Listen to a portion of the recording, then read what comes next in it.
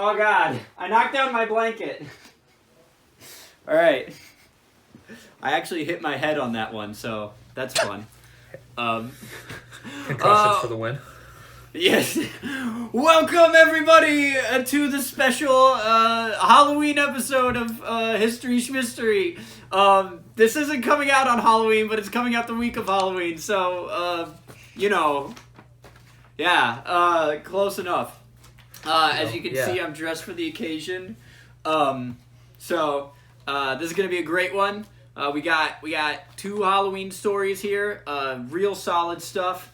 Some spooky stuff, but we'll get into that.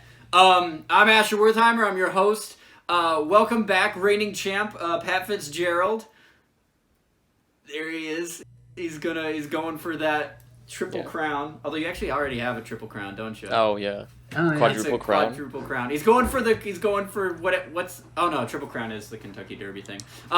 Welcome back, Wade Foster, ready to clinch that win. Ready to get in there. You can see it in his eyes. He's been studying for this. And then welcome special guest star Travis Garner, station manager at WOCR. Rock and roll, go Comets. Woot woot. Woot woot. Go to the website, WOCR891FM.com. Good plug. Great material out there. Beautiful. Gotta push the brand. So like I said, Halloween episode. Gonna be spooky. I'm gonna level with you guys. I looked up a bunch of spooky stories from history, and there are a bunch of them. But a lot of them were too dark.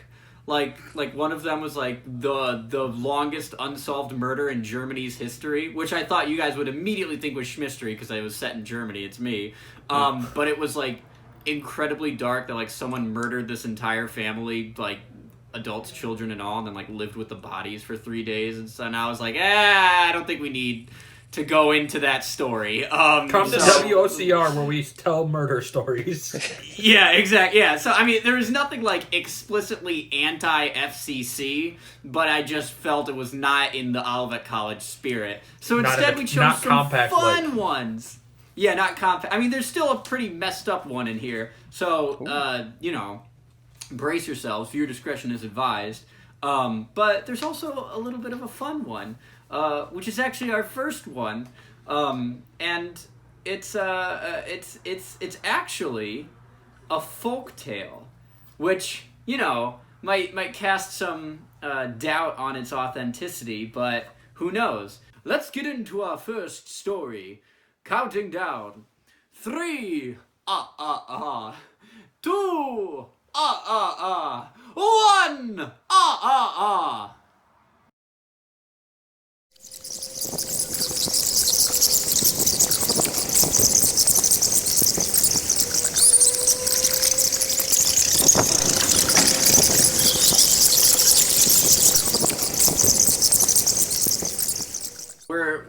We're gonna start our tale, all right? And our tale starts in Ireland. It's a folk tale from Ireland. Okay, so the jack-o'-lanterns. It's an Irish myth, and it's about a young man named Jack. So I'll give you that much, but that much and no more. So your first question is, what was Jack's name? It's not his real name, but it's what they called him in this myth. What was his name? A, Stingy Jack, B, Shifty Jack, or C, Loony Jack? All right, you know what? We're going to be good hosts. Travis, what do you think? Stingy, Shifty, or Loony Jack? Just going off basically what I want it to be, I'm going to say C, Loony. He's going to say C, Looney Jack. All right. Wade, what about you? Going with A, Stingy. Going with A, Stingy Jack. All right. And Pat? I'm going with B. Go with B, Shifty Jack. Well, one of you is right. We got the whole spread, the whole gamut. And it's Wade. His name was Stingy Jack. And we're going to see why that is important in a little bit. So Wade comes in with the first point. And he was called Stingy Jack because he was stingy, all right? And I know, he's really frugal with that money. He's a penny pincher. He's got great savings, Jack. And Jack, like most boys in Ireland, invited the devil to have a drink with him. So he goes down to the pub with the devil, which doesn't arouse any suspicion. And being stingy, Jack didn't want to pay. So what he does is he goes to the devil. He's like, hey, come here, I got an idea. You turn yourself into a coin, and we'll pay with you the devil coin. And then you'll transform yourself back, and you'll be like, haha, it's me, the devil, and we'll just dip. So, technically we paid, but then we just didn't pay, Which, seems like dining and dashing just with extra steps. But the devil is like, sure, cool beans, I'll do that. So he turns himself to a coin to pay for the drink. And then what does Jack do immediately after? Does he, A, toss the coin into a wishing well for a wish, B, keeps the coin for himself, or C, takes the coin and puts it into a church coffer? Wade, what do you think? Going with B. I think he kept it. B, you think he just kept the coin for himself. All right, Pat, what about you? I'm going to go with A. You can go with A. He tossed it into a wishing well. All right, and Travis? I'm going to go B. You know, with B, he kept it for himself. Well, Wade keeps his lead. He did keep the coin for himself, which just, again, brings up the point. He just didn't pay. So why didn't he just not pay in the first place? Why did the devil at least point that out? So here's what Jack really does. Jack takes the coin, and he being a smart Irish lad, he puts it in his pocket. He puts it in his pocket next to a silver cross. So with the devil in the shape of a coin next to a silver cross, he can't turn back to his original form. All right? So Jack's got him trapped. He's a clever lad. And so he's got him trapped. And he says, I'll free you under the condition that you don't bother me for a year. And if I die, I love how he says if I die. Like there's a possibility that he won't. But he says, if I die, you don't claim my soul, right? So I don't go to hell. And the devil's like, sure. And so he reverts back to his original form, and he scampers off. The next year, right, the devil's hanging out with Jack again, which, again, makes no sense. Why would he do that again?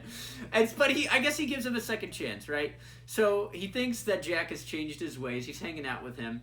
And what does Jack do? Well, Jack tricks him. But how does Jack trick him?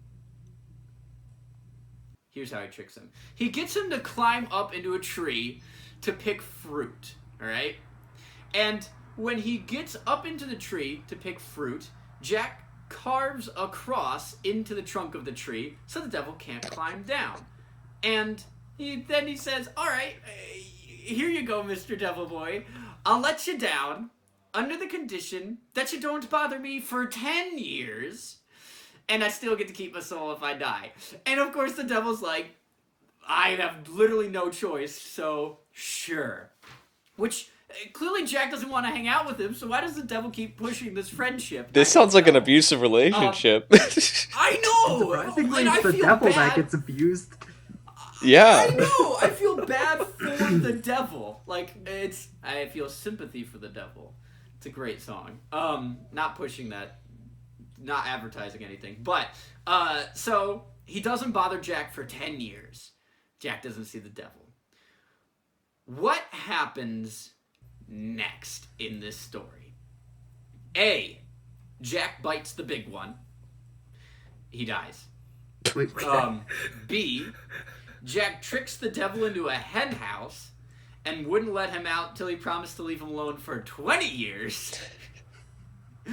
Or C. The devil murked Jack's parents. Alright, Pat, what do you think? What happened next? A. He died. A. You think Jack just up and croaked. Alright. Travis, what about you? I also said A. You also said A. He died. Alright, and Wade. I said A too. Alright, well, points for everybody. Jack bit the dust. He died. What he said might Take the big happen one. actually ended up happening. What a surprise. The mortal being died. So, Jack dies, and in the most hilarious psych I've ever heard, God doesn't let him into heaven. Because God says You thought. that he's a trickster, and he don't run with that kind of crowd, so he keeps Jack out of heaven. Even though the one that Jack was tricking was the devil, so who cares? But God lets him out of heaven, and Devil's all mad because Jack keeps tricking him. But true to his word, he says that Jack will not go to hell. So what does he do? He gives Jack a piece of coal and forces him to wander the earth at night with just the coal to light, just the piece of burning coal to light his way. So in order to light his way, Jack takes the coal and he puts it in something to hold it. What is the original object that Jack carved out in order to hold his piece of coal? Was it A, an apple, B, a melon, or C, a turnip? All right. Wade, what did you say? I said turnip. I forget which letter it was, but C. It was C? Okay, yeah. So he says turnip. All right, Pat, what about you? I said C as well. You said C as well, a turnip. And Travis? C. He says C as well. All right, well, points for everybody. It was indeed a turnip that Jack put the piece of coal in to light his way. A carved out turnip, and the Irish called him, because of this, Jack of the Lantern, because he's holding his lantern to light his way, and then simply later on, Jack-o'-lantern. And that is the story of how we got jack-o'-lanterns for Halloween. Because I guess it's also a spooky story, so it, attributes to Halloween. I guess. There's nothing in this about it taking place in October, even. Of course, the Scottish have their own story because they're Scottish, and they gotta be different from the Irish. So, but that is one of the tales of how we got jack-o'-lanterns. Or is it? What do we think on this one? Is the story of Jack and his abusive relationship with the devil history or Shmistory? I mean, no matter what, it is a made-up story, but who made it up?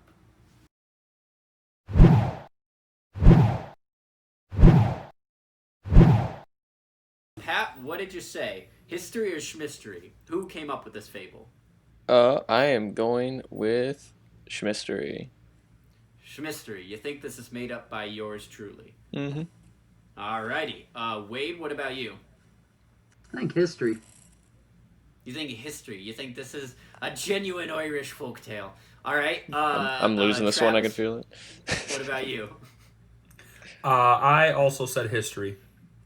You also said history. Well, Mickey McCreed would be proud. This is history. This is a true Irish folktale. Let me mark up. Oh, that's not how tally points work. This is really where we get jack-o'-lanterns from. Pat, that's okay. Like, you still got an opportunity. All right. The curtain hasn't dropped yet. Or, alternatively, I only pick the funny answers. True. There you go. And there is some pretty funny ones in this upcoming one, let me tell you. Because people are stupid. So we are going into this next round, the final round. Pat has 2 points, Travis has 8 points, and Wade has 9 points. All right, so we're jumping into this next tale, which is not a folk tale, which is an actual historical event, or a Shmistorical Shmevent, whatever it comes down to. But it really did happen, and it really did happen here, speaking of Stephen King, in New England. And that is the tale of Mercy Brown.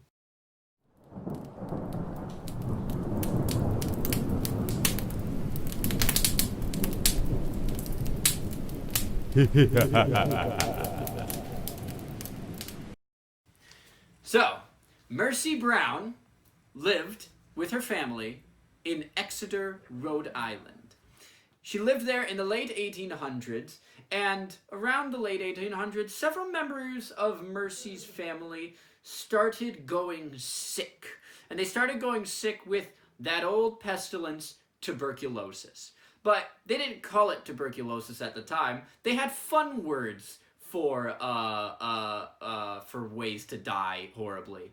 So what was tuberculosis called at the time? Was it A, racking, B, consumption, or C, coffee, blood time?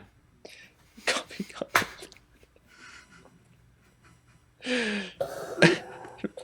Petition to get COVID-19 changed to coffee, blood time. Coffee, blood time. Oh, God. All right, Wade, you got there first. What do you think? Thinking A. Thinking A, racking. Alrighty. Pat, what about you? I gotta go with C. You gotta go with C, coffee, blood time. I Sounds like knew it would be too tempting to pass. It sounds like a stand from JoJo.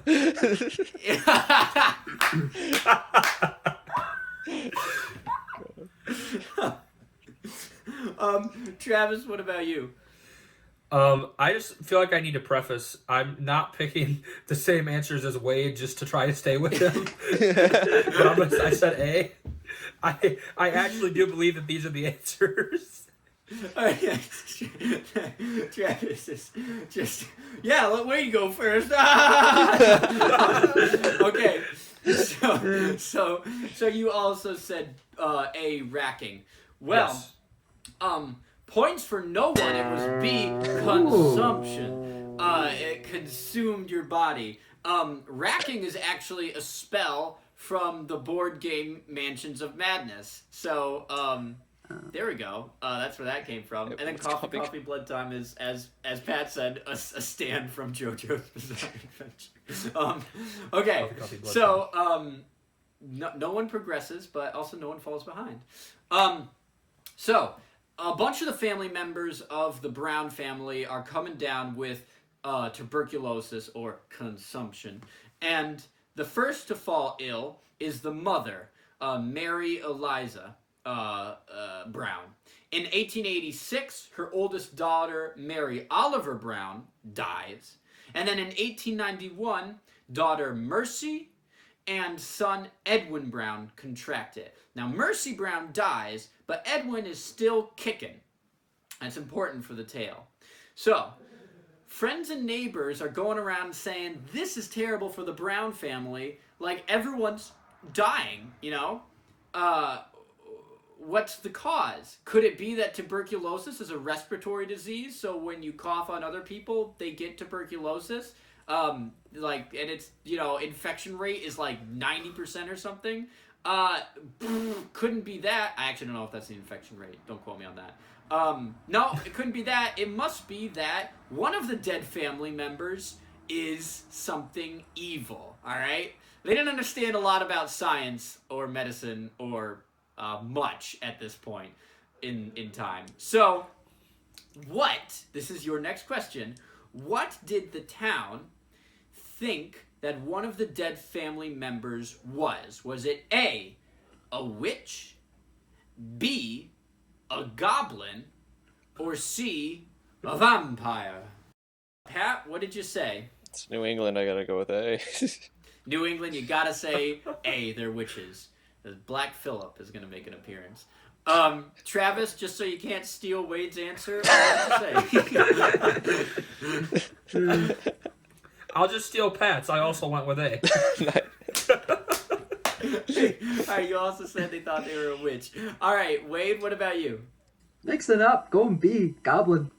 You're going B, you thought it was a goblin. Well, points for no one. They thought one of them was a vampire. They thought that one of the dead family members was rising from the grave and creeping on the rest of the family.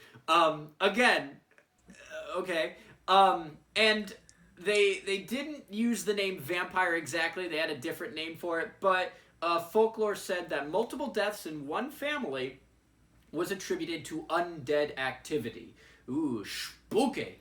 Again, couldn't possibly do with the fact that it's like an infectious disease, you know, but whatever.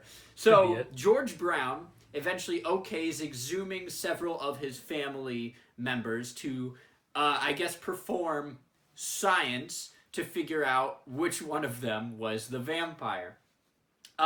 Of course, they did this very professionally. They had like they got permission from the Vatican to have a specially certified priest come down and respectfully exhume the bodies to check them.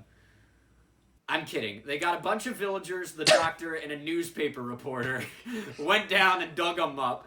And they found on November 17th, 1892, they dug them up. They found that the mother, Mary, and the oldest daughter, Mary Olive. Mary Olive? Yeah, Mary Olive. What a dumb name. Sorry, any remaining members of the Brown family. Mary Olive were decomposing. So they're like, all right, well, they're dead. So can't be them. But then they go and find Mercy, and they find that Mercy Brown had hardly decomposed since she had died. Ooh.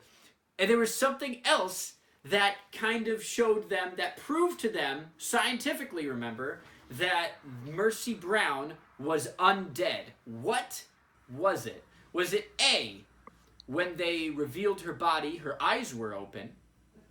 B, rigor mortis had not yet set in, her body was still flexible? Or C, there was still blood in her heart? Wade, what'd you say? We're talking about science here, so I'm going C, blood in the heart. Blood still in the heart. All right. Pat, what about you? We're talking about vampires here, so I went with C. Blood still in the heart. All right, and Travis? You went with B, rigor mortis had not set in, and they moved her around like an action figure. All right, well, points for Pat and Wade. There was still blood in Mercy Brown's heart. Like, clearly... Yeah. We appreciate it. No. We learn, both appreciate it. Never be different. Always go with what the crowd does. Don't stand out in any way. Keep your head down. It's the best way to go through life. That was an ironic PSA from Asher Wertheimer.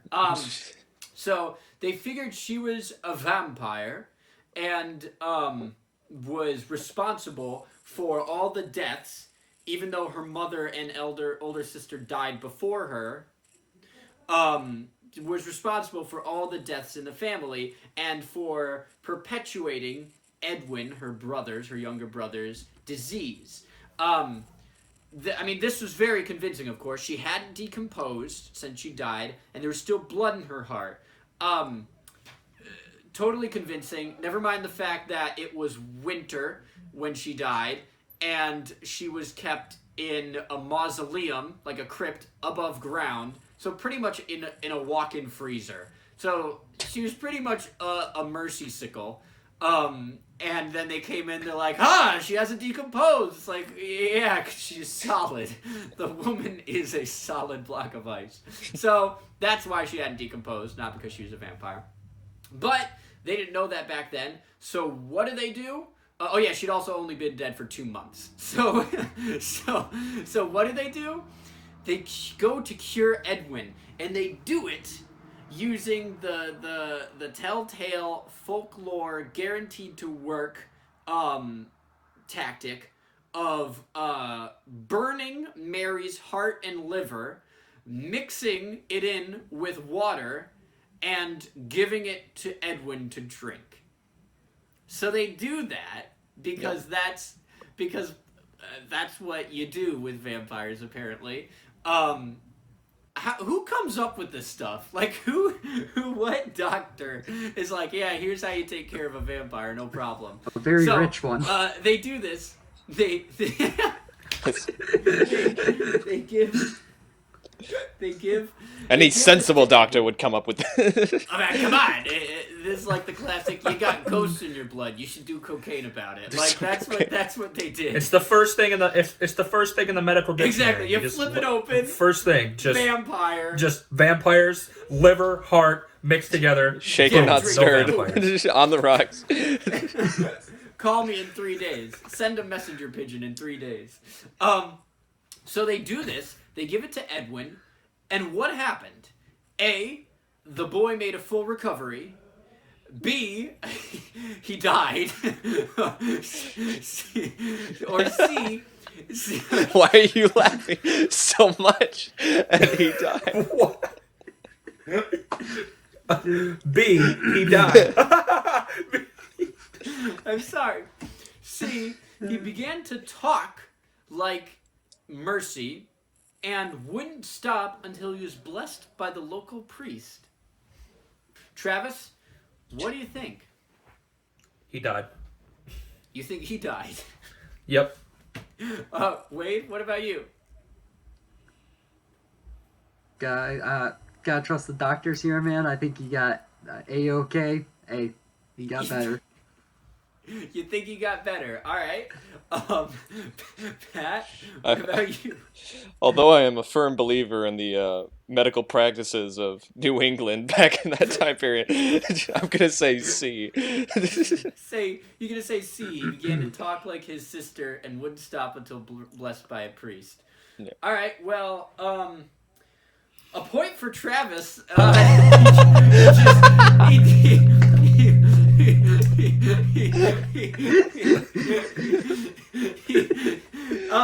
He died 2 months later of tuberculosis, a very real disease that is not cured by a very fake practice.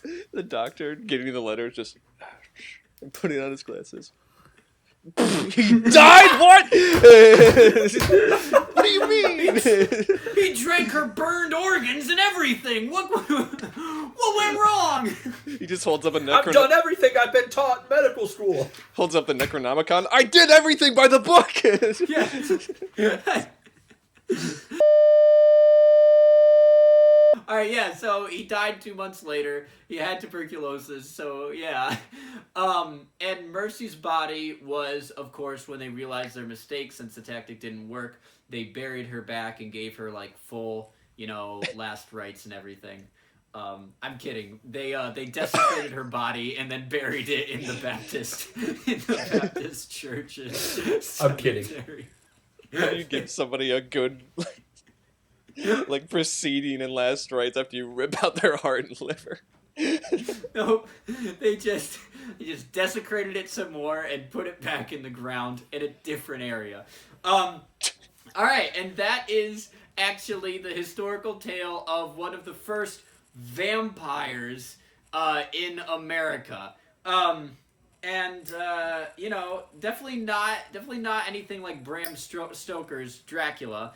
Or is this Asher Wertheimer's Mercy Brownula? What do you think? Is this history or Shmistory? Did all of this wacky stuff really happen, or is it all my imagination?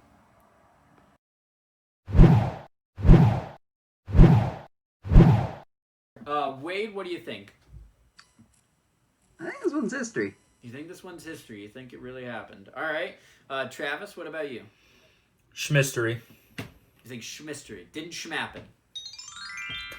All right. And Pat, what about you? I'm gonna steal Travis's answer here.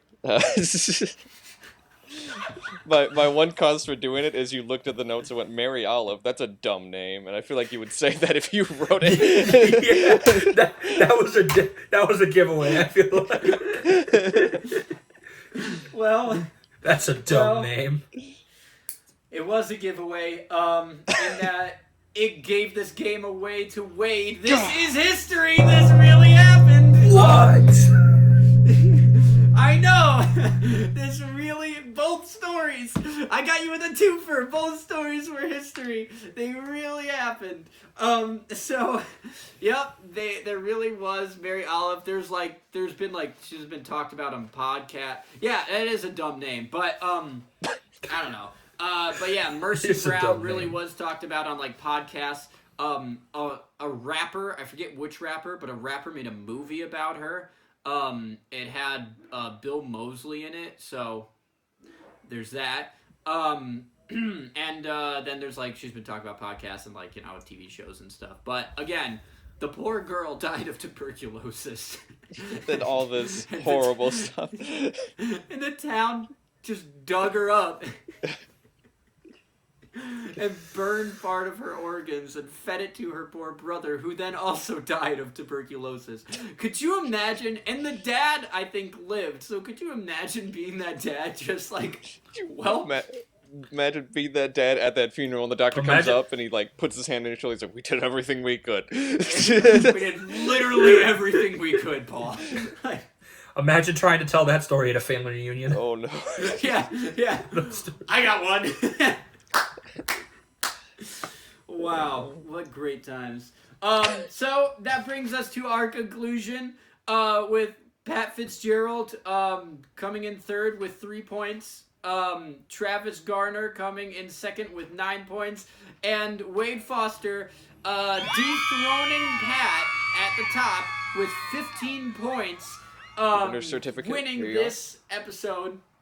Oh yeah, thanks. Yeah, here, I'll give that. And then, hang on. And then, that ends, like, the challenge portion of this episode of History Shmistory. Here you are, Wade, with your award. Number 1, it says, can't tell because of glare. There you go. What a turn of events. To have that victor, there you go, he got it. To have that, the victor, a new person crowned, in the overall team. Go ahead. I decided to take it easy on you guys, because I didn't feel, I feel like it'd be a bad look if the newbie comes in and, takes over, so I really appreciate it. I really appreciate you only beating me by like 8 points. Yeah. Didn't go too hard. Yeah, well, we appreciate that. Wade, I hope the answer key printed well. So, clearly it did. It worked out. What a great Halloween episode of History Shmistory. Go out there and enjoy Halloween, folks, but like socially distanced Halloween. This will also be the episode that comes out before our next episode will be coming out after Election Day. So sadly, I wasn't able to do an Election Day episode. So vote. So like, or otherwise, bad things will happen to you. Jack-o'-lantern didn't vote. There you go. There's a moral for that story. Yeah, what is the moral of that story? Of Jack-o'-lantern? Don't trick the devil? Yeah, but like, the devil sucks, so... Yeah, if I can trap the devil in the tree, you literally... Maybe don't trick people in general. Then God was like, nah, you can't come to heaven. Yeah, true, but that was kind of like a sidebar in the story. They were like, yeah, and then God didn't let him into heaven. And so this happened. So, like... Why did the devil let him get off the... The moral of the story is the devil didn't go down to Georgia. The devil went down to a bar. Oh, exactly. Okay. The devil... To a pub in Ireland. The devil was like, you know what? I'm done with the Irish. I'm gonna go to Georgia. I'm gonna beat some hick in a fiddle fight, and then about a day later, the devil comes slinking into hell, and the demons are like, "Hey, how's it going, Satan?" And he's like, "Just shut up. Just don't talk to me." Oh no. Oh my rough god, few that's days. why he was in a bind and way behind, dude. I know, He I was willing just to make a thinking deal. that, He was like, 'cause he was I'd get going this for other Jack's Jack guy's soul. Yeah, but he couldn't get it, so he was behind. Exactly. It's all lining up. You know what? There's research to be done. I gotta get... this runs deep. This runs deep. Goes all the way to the top. I mean the bottom. It's all the way to the bottom, yeah. Alright, well, that'll do it for us at History Shmistory. I'm your host, Asher Wertheimer. Wade Foster, our champion, thank you for joining me. Pat Fitzgerald, thank you for joining me. Special guest star, Travis Garner, thank you for joining us. We look forward to having you back. Next time, we're going to have special guest star Leo Walker, if I can work with his agent, coming into us all the way from Germany. So that should be a doozy. But until then, happy Halloween. Stay safe out there. Vote. And, you know...